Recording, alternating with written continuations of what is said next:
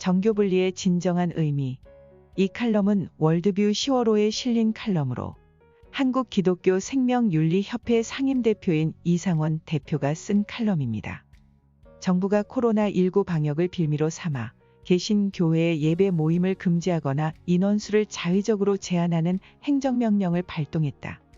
또한 정부와 여당 그리고 여당과 정치 이념을 함께하는 군소정당의 국회의원들은 성경이 명확히 가르치고 있는 도덕적 교훈을 교회와 기독교인들이 말하는 것을 금지하고 처벌하는 정책을 추진하거나 관련 법안들을 발의했다. 이에 개신교회 진영이 시위, 성명서 발표, 법적 대응 등을 시작한 오늘날 한국 사회의 현실은 정치가 어느 정도까지 종교에 관여할 수 있는지에 관한 질문을 제기하며 역으로 종교는 또한 어느 정도까지 정치에 관여할 수 있는가 하는 연동된 질문을 제시한다. 현대 민주주의의 정치는 법을 매개로 하여 이루어지고 정치의 주체는 입법을 담당하는 입법부, 법의 집행을 담당하는 행정부, 법에 근거한 판결을 담당하는 사법부를 포함하는 국가라고 볼 수 있으므로 정치는 곧 국가로 좁혀서 말할 수 있다. 현대 한국 사회에서 정부에 저항하는 입장에 서 있는 종교의 실질적인 주체는 개신교의 교회이므로 종교라는 용어를 쓰긴 하지만 내용은 개신교의 교회임을 암묵적으로 전제한다. 현대 사회 철학, 카이퍼, 도예베르트. 국가와 교회의 관계를 설정할 때 국가의 특성과 교회의 특성, 그리고 공통점과 차이점이 무엇인가를 파악하는 것이 중요하다.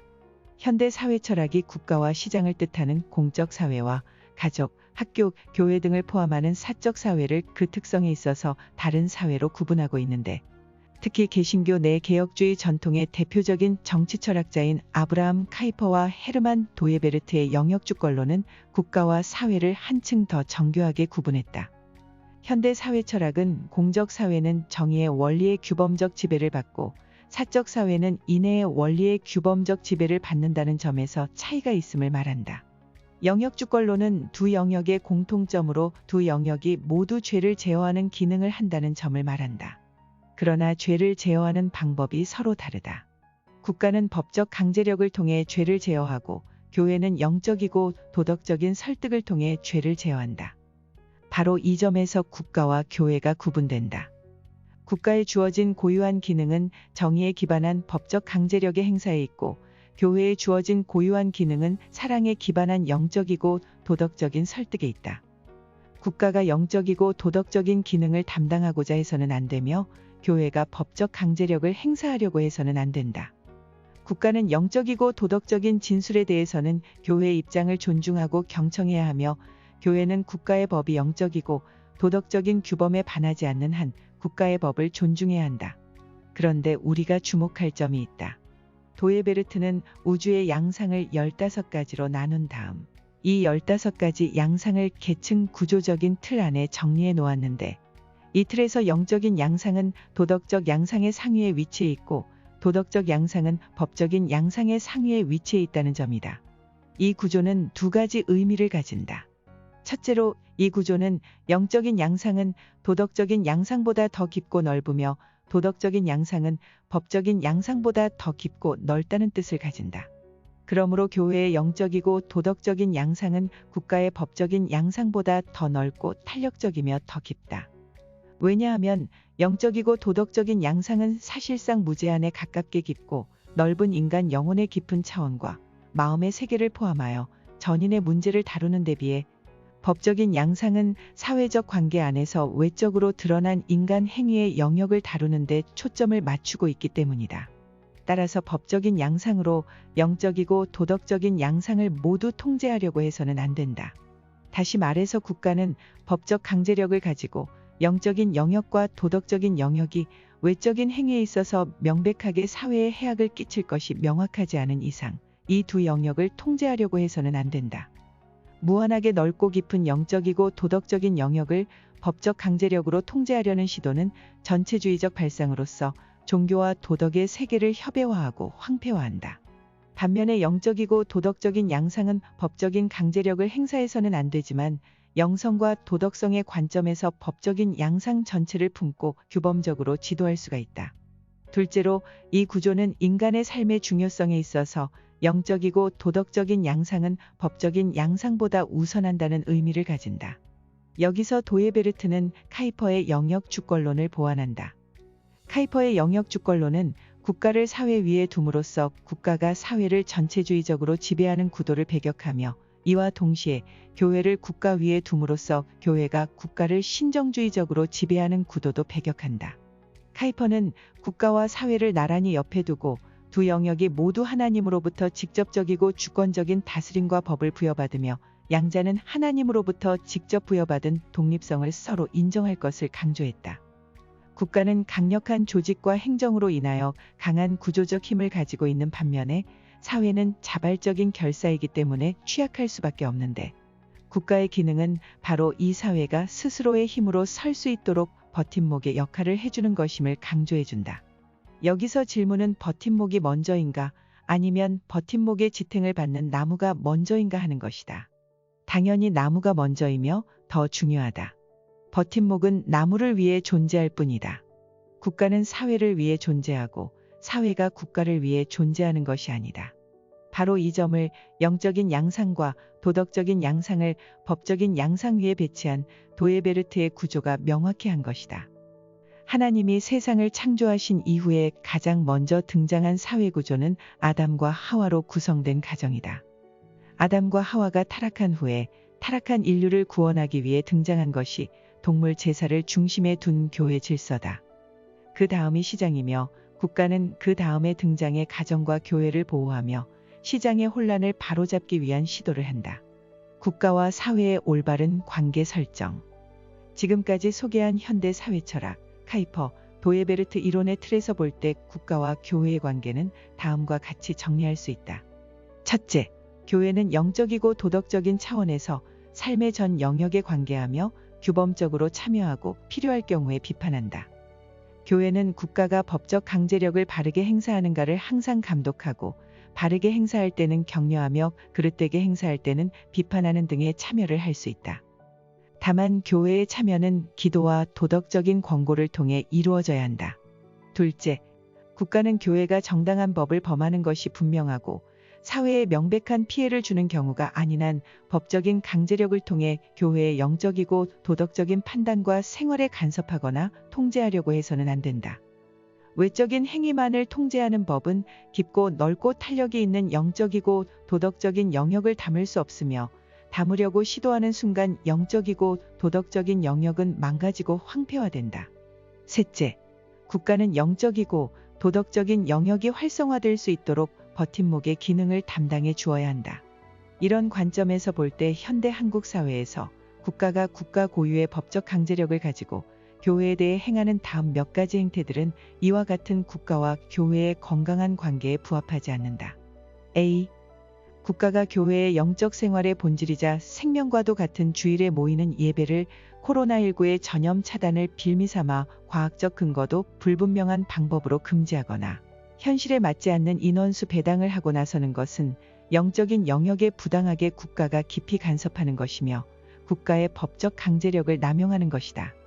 마스크 착용을 철저하게 하면 얼마든지 코로나19의 전염을 차단할 수 있고, 그 사실이 과학적으로 증명되었음에도 불구하고 지하철의 빽빽한 군중이나 콘서트나 온종일 좁은 공간 안에서 업무를 보는 국가기관의 모임은 허용하면서 한 번 모였다가 헤어지는 주일에 예배를 금지하는 것은 과도한 법적 강제력의 행사다. 10,000명이 모일 수 있는 예배당에 20명으로 집회 인원수를 제한하는 것도 법적 강제력의 남용이다. B. 주일에 모여 예배를 드리는 것은 교회의 본질에 속하며 인간의 마음속에 자리 잡은 죄를 견제하고 전인적인 건강을 증진시키는 선한 일이다. 그렇다면 국가는 코로나19의 전염을 피하면서 가능한 교회가 중단하지 않고 계속하여 예배를 드릴 수 있도록 다양한 물적이고 법적인 지원을 해주었어야 했다. 그리고 이와 같은 지원을 하는 방법은 얼마든지 찾아낼 수 있다. 그러나 국가는 교회의 예배 지원 방식에 대해서는 단 한 번도 고민한 일이 없으며 이 기회를 이용해 예배를 차단하는 데만 급급했다. 이는 국가기관의 고유 업무인 사회기관들의 버팀목 역할을 스스로 포기한 것이다. C. 국가가 동성애에 대한 종교적이고 도덕적인 건전한 교회의 비판을 법적 강제력을 통해 차단하고자 하는 시도는 교회와 사회의 영역에 대한 과도하고 부당한 간섭이다. 국가의 법적 강제력의 행사는 도덕적인 정당성을 부여받아야 하며 도덕적 판단의 지평 안에서 이루어져야 함에도 불구하고 힘으로 종교와 도덕의 통제를 시도하는 것은 매우 위험한 전체주의적이고 국가주의적인 발상이다. 국가의 의무와 기독교인의 저항권. 로마서 13장 1절은 위에 있는 권세들에게 복종하라라고 했고 2절에서는 권세를 거스르는 자는 하나님의 명을 거스름이니 거스르는 자들은 심판을 자취하리라라고 하여 권세에 대한 복종을 한층 더 강화했다.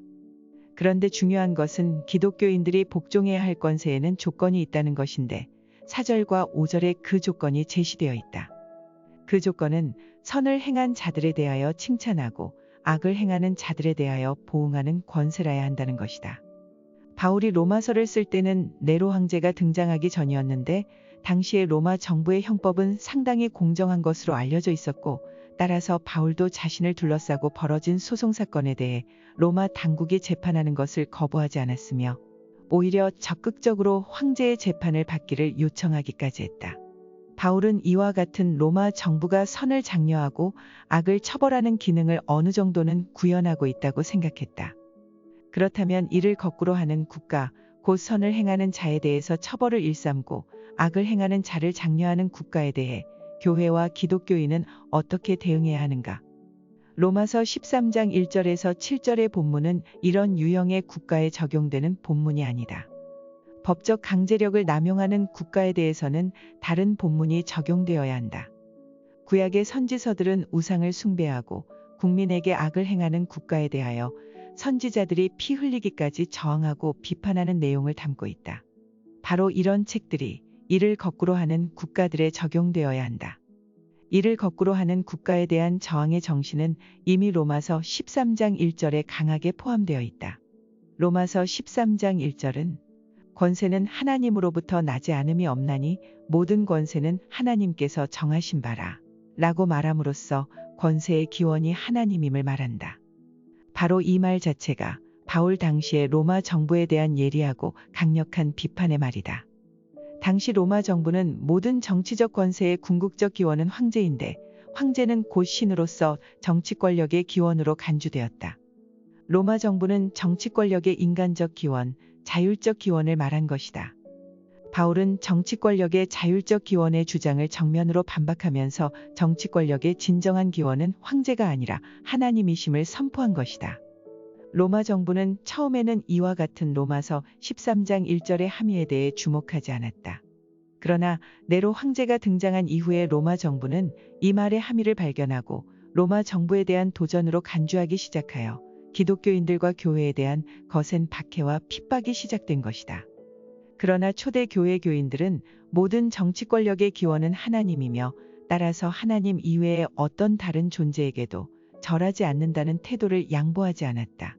현대에 세속화된 헌법적 민주주의 정체는 정치적 주권의 기원을 국민에게서 찾는데 로마 정부가 정치적 주권의 기원을 황제에게서 찾던 것을 국민으로 바꾸었을 뿐 인간적 기원, 자율적 기원을 주장한다는 점에서는 별다른 차이가 없다. 따라서 현대의 세속화된 헌법적 민주주의 정체도 그 기원에 있어서 반성경적이라는 점에서 언제든지 기독교인들과 교회를 탄압하고 핍박할 수 있는 강력한 가능성을 이미 그 안에 내포하고 있다. 국가가 권력의 인간적이고 자율적인 기원을 주장할 때 기독교인과 교회는 비판과 저항을 하지 않을 수 없으며 국가의 정책이 명백히 하나님의 창조 질서와 규범적 질서에 반하는 것임이 분명할 때 기독교인과 교회는 시정을 촉구하는 기도를 하거나 설교나 교육 등을 통해 도덕적인 비판을 하는 방법으로 국가의 행위에 관여해야만 한다. 담임 목회자는 설교나 교육 등의 방법을 통해 바른 국가관을 교육하고 왜곡된 국가관을 비판함으로써 성도들에 대한 교육과 훈련을 시행해야 한다.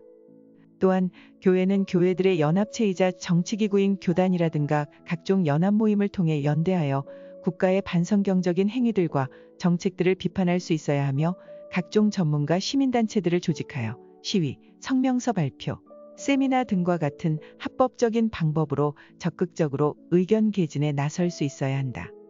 기독교인과 교회가 하나님의 뜻에 반하는 행위와 정책을 전개하는 국가에 대하여 저항하지 않는 것은 바로 하나님께 저항하는 것이 된다는 사실을 항상 유념해야 한다.